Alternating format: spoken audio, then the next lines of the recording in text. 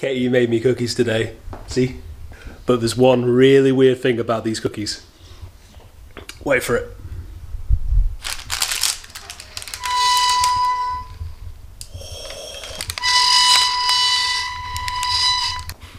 Sounds like a dying kitten. Hello everybody, Tim here from YouthWork Hacks, and today we're talking about catechesis and growth pathways. Because why not?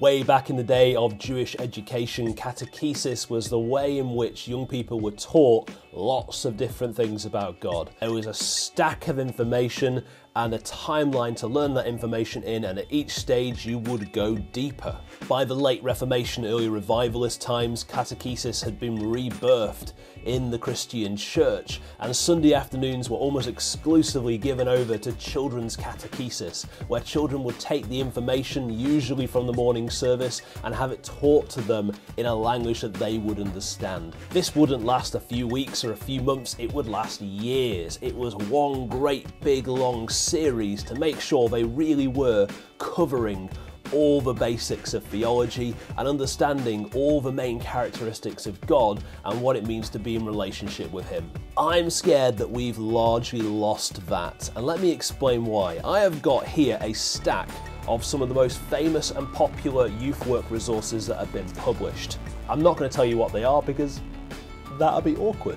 I'm going to go through these and see if you can spot my problem. So I've got here a resource released by the largest producer of Christian youth resources in the world, written by one of its most famous authors, and in this there are 12 sessions, so 12 weeks, 3 months. Over here I've got one from England.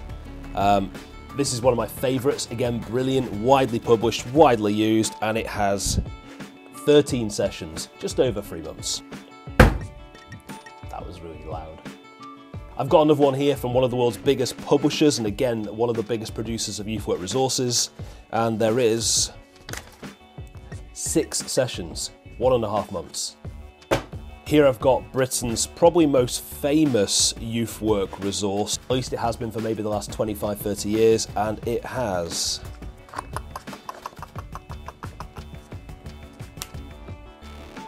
8 sessions, 2 months, 8 weeks.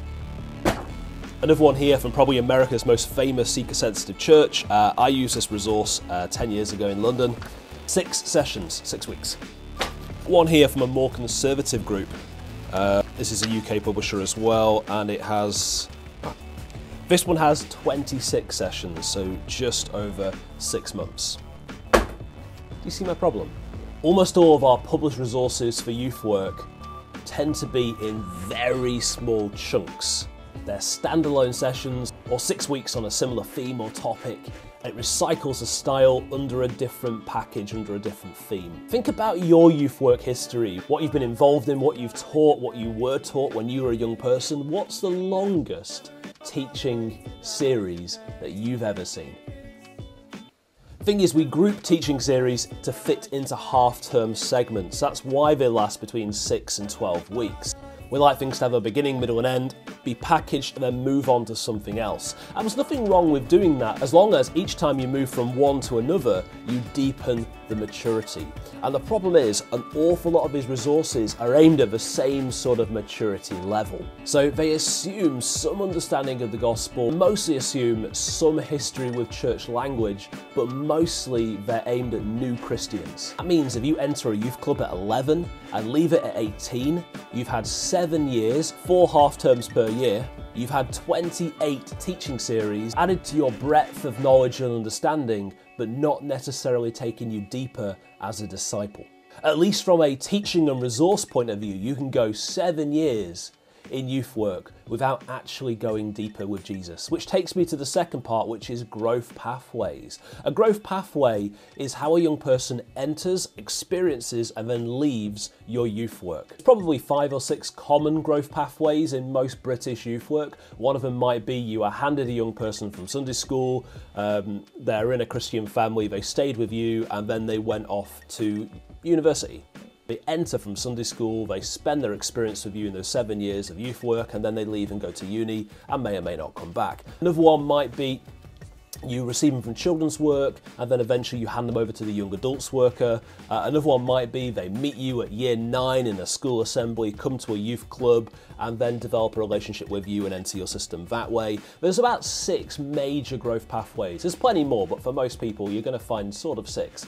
There are more, but I reckon if you sat down for an hour and tried to identify how most people have entered, experienced, and exited your youth work, you'd probably find 5 or 6 that recur. So my question is, how do we develop resources, how do we develop teaching styles and teaching patterns that works with the growth pathways? How do we encourage an increasing layer of depth every time a young person comes into our youth group? And even more than that, how do we work with the growth pathway from children's work to adult work? Imagine for a second that there was a teaching plan for young people that began at age 0 and ended at age sort of 19. So you knew when they entered adult church, for want of a much better way of putting it, exactly what that young person was learning at each stage. So you don't have to keep re-explaining various parts of the gospel. You teach and you build on what was learned. I would love it if children's workers passed on a generation to youth workers and the youth workers knew what they were getting, did the next stage of transition to help those young people become whole and healthy members of the worshipping community of faith. And when they handed them over to the main service or an adult group or a young adults group, they kind of knew what they were getting. Obviously, you can't design people's maturity. That's not how teaching works. But I think overall teaching assumption is people will go deeper in those 7 years. And the issue with using a lot of prepackaged resources is they don't grow in depth, they only grow in information breadth. I would encourage youth workers either heavily adapt or write your own material, considering the growth pathways common to your church. And I'd encourage publishers of resources and materials, maybe give us something that can last 6 or 7 years. Maybe give us something that will work from age 3 to age 18. Maybe get in a room and plan a catechesis that would really work for young people to grow into whole and healthy members of our faith community. I think that would be brilliant. If you want to know more, I wrote a bunch about catechesis and growth pathways and the history that got us there in this book, Does Youth Ministry Have a Future? From Grove. But in the meantime, love God, love young people, and have a brilliant day.